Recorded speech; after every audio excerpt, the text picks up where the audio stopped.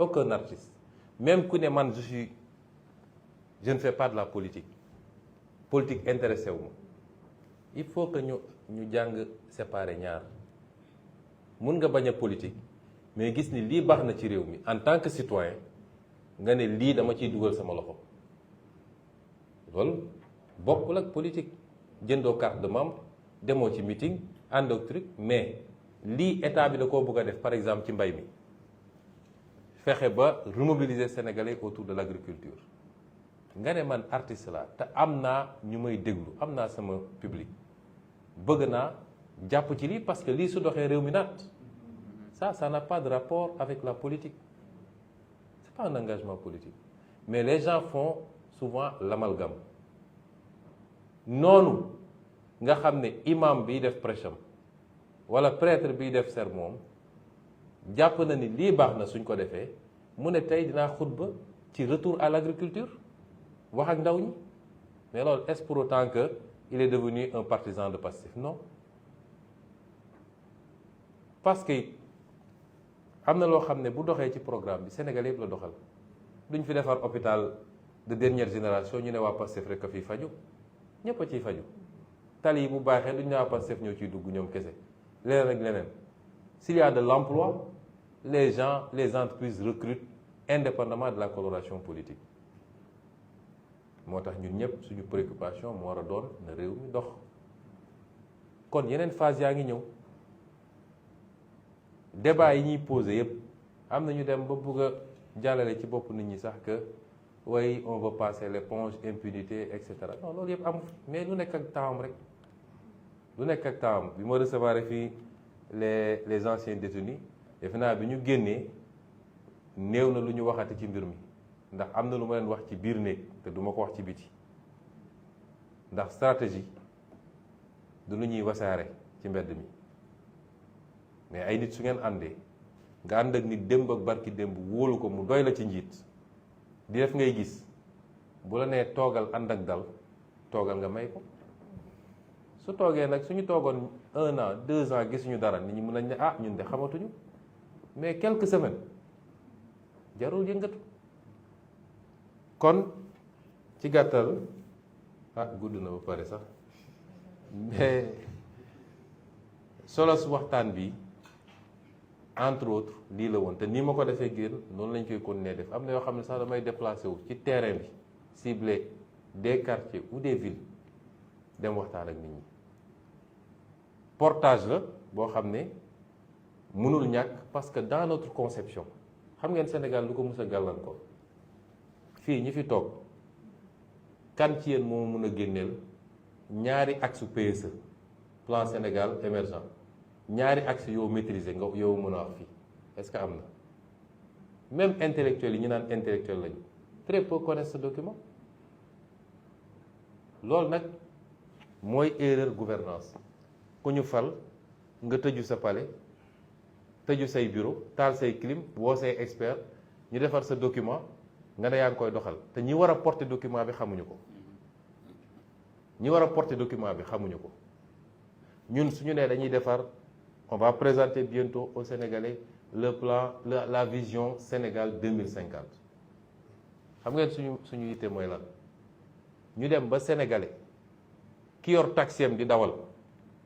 boo ko laajee ci vision 2050 su xamul lépp it dina mën a jukkil dara lu jëm ci secteur am peut-être ne la ah lii de nee nañ dañ koy def te nii lañ ko bëgg a defee te suñ ko defee dina baax parce que kooku bu xamee loolu dina la mën a gunge ku xamul foo jëm mun la gunge donc le portage du projet la réalisation la réussite va dépendre ci niveau appropriation populaire bi document bu ñu ko génnee sénégalais yëpp war nañu xam ñii fan lañu jëm fan la ñu bëgg a yóbbu dans 5 ans dans 10 ans dans 15 ans dans 20 ans loolu il faut que sénégalais yi xam ko c'est extrêmement important ça conditionne la conduite du changement et la réussite dans la réalisation kon loolu du liggéey bu ndaw artistes yi am nañ ci cër bu ñu paree yëpp dañuy def ay atelier dem tëju quelques jours quelque part ñu ne tey artistes yi la ñu ñëw génne programme bi experts yi def exposé nit ñi poser seen question ngeen comprendre lii lan la bu ngeen koy restituer dina yomb noonu lañ koy defee ak beneen segment kon ñun xam nañ fi ñu jëm te dama koy wax toujours gannaaw yàlla gisuma lu ñu mën a tere réussir incha allah ndax réew boo amee yéene ci réew mi bëgg réew mi jub ak jubal loxo yi set vision bi leer programme bi dëgër kon delluwaat gërëm leen bu baax ne nag dama inversé affaire bi parce que bi may ñëw damay ubbi rek sànni ci débat bi ne leen kenn ku ne dama bëgg ngeen wax ma naka ngeen gisee affaire bi c'était pour tester un peu les sensibilités voir aussi le niveau de compréhension ak l'analyse que les gens se font de la situation fi ñu toll nii mais suñu commencé rek taxaw bi day métti teewul dinañu delloo kàddu gi déglu leen ci seeni préoccupation seen analyse aussi am na solo seen gis-gis ci mbir mi ak seeni suggestion seeni recommandation parce que yéen a ngi nekk en contact ak ay nit yoo xam ne man nekkuma ak ñoom en contact président Diomaye nekkul ak ñoom en contact te loolu dafa am solo aussi ci liggéey bi merci beaucoup kon ma bàyyi El Malick.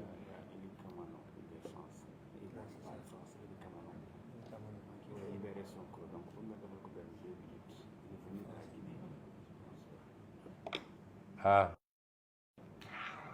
Monsieur Kamano, vous comprenez wolof apparemment. Bon, en résumé, mais je vais faire un résumé pour vous. Quand je me réjouis de vous voir ici, ça nous réconforte dans notre perception panafricaniste. La Guinée, le Sénégal, la Côte d'Ivoire, le Mali, Burkina, nous sommes les mêmes pays. Et nous devons aujourd'hui prendre la hauteur par rapport aux enjeux qui nous interpellent. Souvent, nous retombons dans les mêmes pièges qui, in fine, ne concourent qu'à une chose, diviser encore les Africains plus qu'ils ne le sont. Sur des détails, tel a dit ceci, tel a fait cela, nous ne sommes plus panafricains, nous ne sommes plus ceci. Vraiment, on doit dépasser cette étape-là. C'est pourquoi je suis très content de vous voir ici. Et en résumé, ce que j'ai voulu expliquer, j'ai tenu à rencontrer une petite poignée d'artistes sélectionnés par rapport à leur engagement à nos côtés, durant les moments où ça a été extrêmement difficile, extrêmement dur. Et ils ont été là. Et par leur production artistique, ils ont donné quand même une certaine portée au message. Nous savons tous qu'il n'y a pas meilleur moyen de véhiculer un message que l'art, dans toutes ses formes. Donc c'est pourquoi cette réunion marque en réalité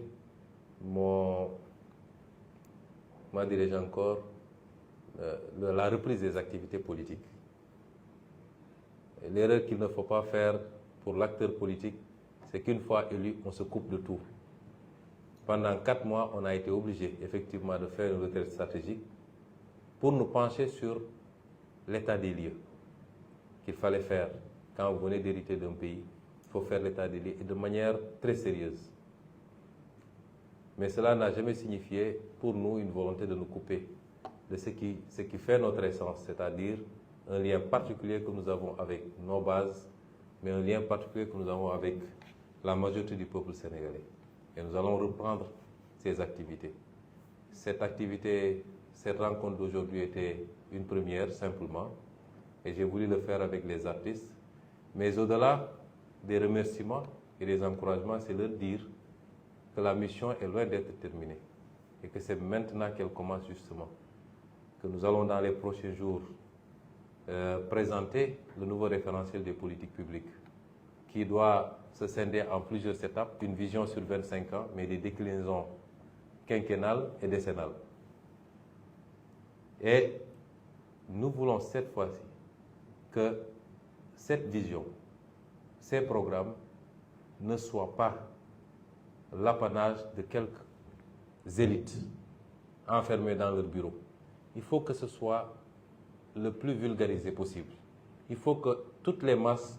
puissent s'approprier ce référentiel pour pouvoir accompagner le mouvement. Et c'est pourquoi nous considérons que les artistes que vous êtes doivent continuer à avoir cet impact par leur production. Prendre le temps de s'approprier eux-mêmes le document dans ses grands axes, mais pouvoir, par leur production, nous aider à vulgariser et à continuer à embarquer le maximum de Sénégalais, à faire bloc derrière le régime qu'ils ont choisi, derrière le président qu'ils ont élu, de manière écrasante et dès le premier tour, ce qui est une première au Sénégal pour un opposant. Et c'est assez symptomatique de l'espoir que les Sénégalais ont placé en nous, derrière le gouvernement dont j'ai l'honneur d'être à la tête, derrière le mouvement qui va être porté par l'État, mais qui n'a d'autres préoccupations, à la limite d'autres obsessions, que de transformer structurellement et qualitativement ce pays pour que les Sénégalais puissent avoir les mêmes,